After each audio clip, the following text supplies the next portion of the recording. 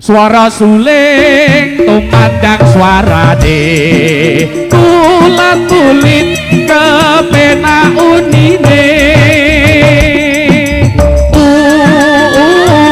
unine mung drenyokake bareng lan kentung ketimpung suling sigra kendangane suara-suara hei iya iya suarane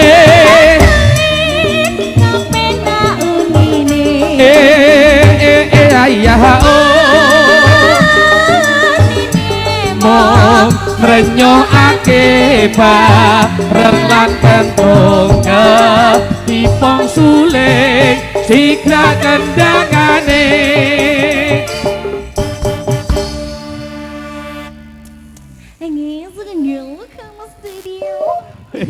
suwi ra cethuk suarane kok malah bindeng.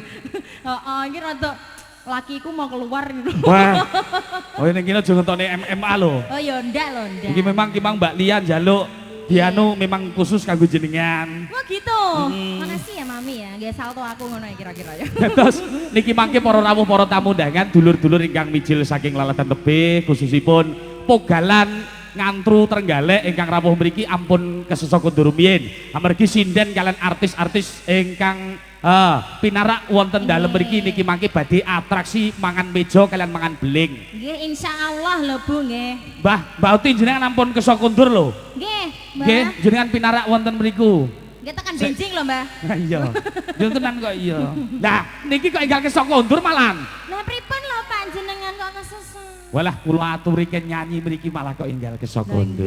Mbok mengke mawon. Mengke dalu ngoten jam 12 ngoten lho, Pak. Nggih, padahal kinggo yo enek ringgit wacucal sedalu natas kok. Lah nggih, tekan Padang. Sowan wonten dalipun Bapak Kasyono asung lelipur sesarengan kalian campur sari Surya Musika. Dongakno manteni Mbak Rahayu kalian Mas Muji Prayoga. Mbak Rahayu kalian Mas Muji, semoga menjadi keluarga sakinah mawaddah warahmah lan barokah. Amin.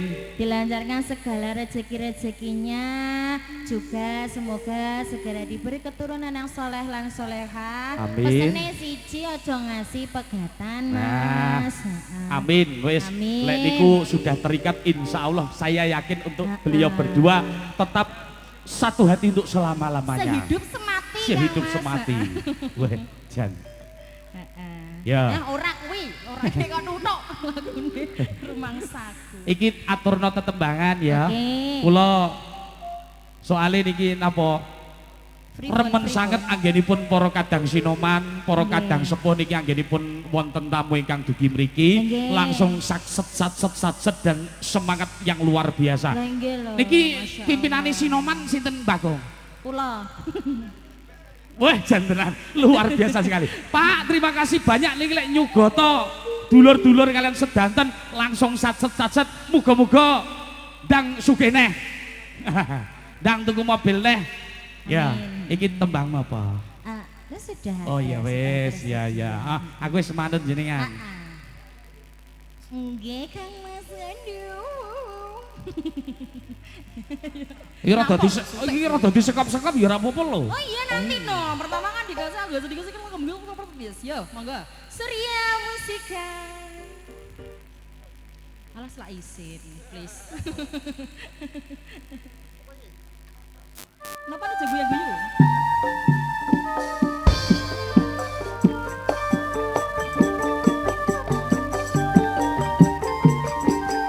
Tembang sesarengan kalian Silvi Kumoy. Terima kasih Kang Mas Dedi. Kena gudo.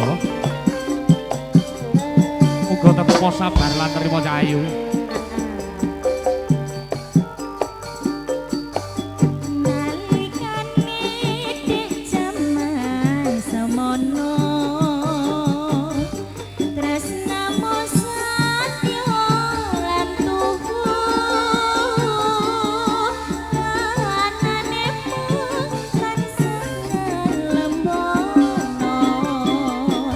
Sasatora nate citro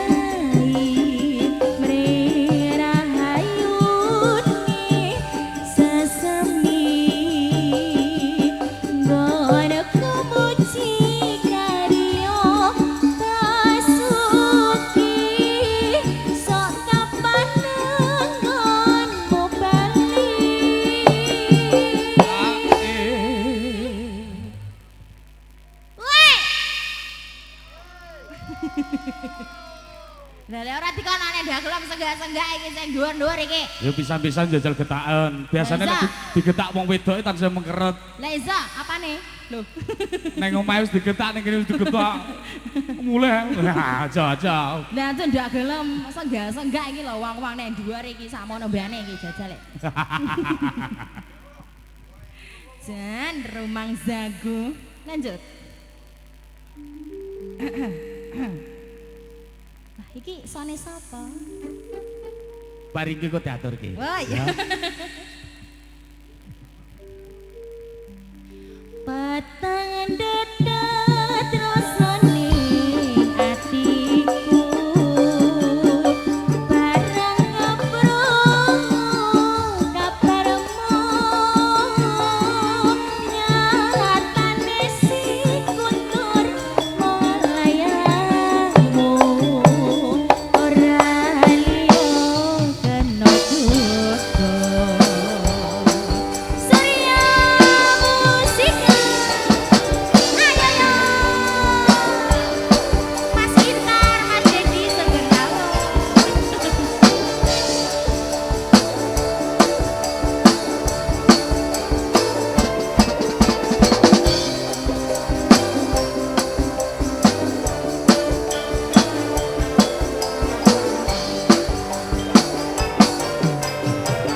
Nalikane jaman semono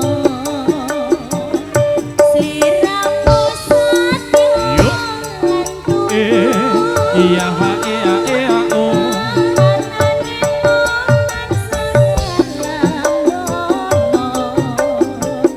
Sasan ora nate citro mula aku tansah nimani sliramu kita mati ora ana lintang sumunar amung diku kepujan sliramu metukas ngayahi mrehayuti sesemi ganaku muji karya basuki sokapan anggonmu bali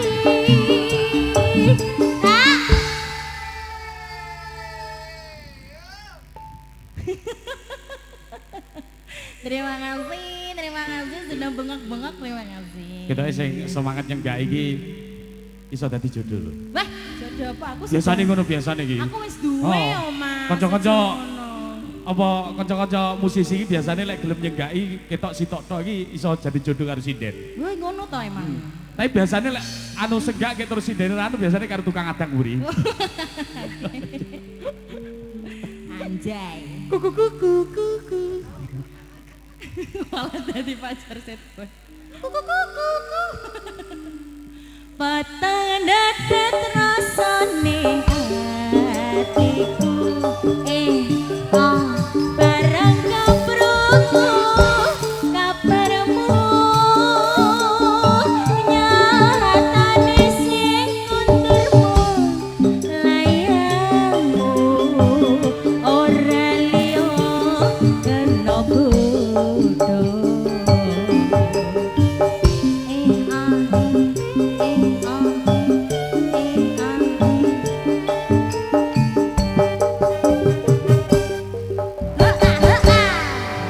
Satu buah lagu Kena Gada Nyemek-nyemek niki wau ditembake kena godho kangge miasep ing swasana. Nggih Kang Mas Dipun caosaken anggenipun para rawuh para tamu undangan. Gusipun wonten ngajeng awake dhewe niki